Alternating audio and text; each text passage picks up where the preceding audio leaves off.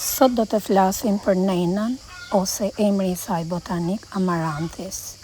Bari i egër që shumë e shkollin për pak e dinë sa i vlefshëm është. Shumë prej nesh e njohim këtë bimë si një bar të egër. Në zonën tonë quhet nena, ndërsa emri i saj botanik është Amaranthis ose Amaranth i egër. Ajo rritet pothuajse kudo në kopshte, ara dhe toka të papunuara. Shumë njerëz e shkollin pa e ditur se në shumë vende të botës, amaranthi kultivohet si bimë ushqimore dhe vlerësohet për përbërjen e tij të pasur. Gjethet e reja të amaranthit janë të ngrënshme dhe përdoren në gatim njësoj si spinaqi. Ato janë të pasura me vitamina A, C dhe K, si dhe me hekur, kalcium, magnez, kalium dhe fibra, të cilat mbështesin një ushqyerje të shëndetshme. Edhe farat e amaranthit kanë vlera të larta ushqyese. Ato përmbajnë proteina cilësore, fibra dhe minerale, prandaj në shumë vende përdoren në bukë, shull ose produkte të tjera ushqimore.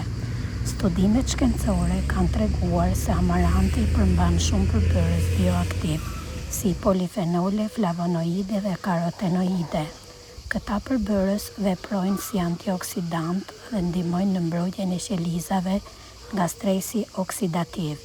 Sipas një rishikimi shkencor të publikuar në PubMed Central, amaranthi është studiuar dhe për vetitë e tij të mundshme antiinflamatore, antimikrobike, mbështetëse për mëlçinë, si dhe për efektet e mundshme në kontrollin e yndyrnave dhe sheqerit në gjak.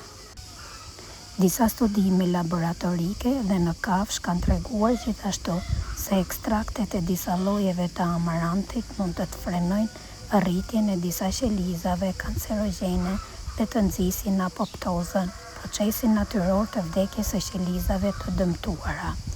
Megjithatë, këto janë rezultate paraprake dhe nuk do të thonë se konsumimi i amaranthit trajton ose shëron kancerin tek njerëzit. Për këtë nevojiten studime klinike të mëtejshme. Nëse doni ta konsumoni këtë bimë, mblidheni vetëm në vendet të pastra, larg ndotjes dhe zonave ku janë përdorur pesticide. Zakonisht përdoren gjethet e reja, sepse janë më të buta dhe më të shijshme. Herën tjetër që ta shihni këtë bimë në baçe, mos nxitoni ta shkulni. Ndoshta para jush ndodhet një bimë me vlera të larta ushqyese, e cila prej shekush përdoret si ushqim dhe sot vazhdon të jetë objekt i studimeve shkencore. Përveç vlerave ushqyese, amaranthi ka tërhequr vëmendjen edhe të studiuesve. Analizat kanë treguar se kjo bimë përmban polifenole, flavonoide dhe karotenoide, përbërës që njëjë për aktivitetin e tyre antioksidant.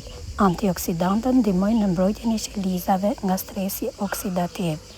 Në studime laboratorike dhe në kafshë janë vëritur edhe efekte të mundshme antiinflamatore, antimikrobike si dhe mbështetëse për shëndetjen e mëlçisë. Disa kërkime kanë studiuar edhe ndikimin e ekstrakteve të amaranthit mbi disa lloje qelizash kancerogjene me rezultate premtuese në laborator. Megjithatë, këto janë studime paraprake dhe nuk provojnë se amaranthi trajton ose shëron kancerin tek njerëzit. Pikërisht për këtë arsye, ky vazhdon të jetë akoma objekt studimi.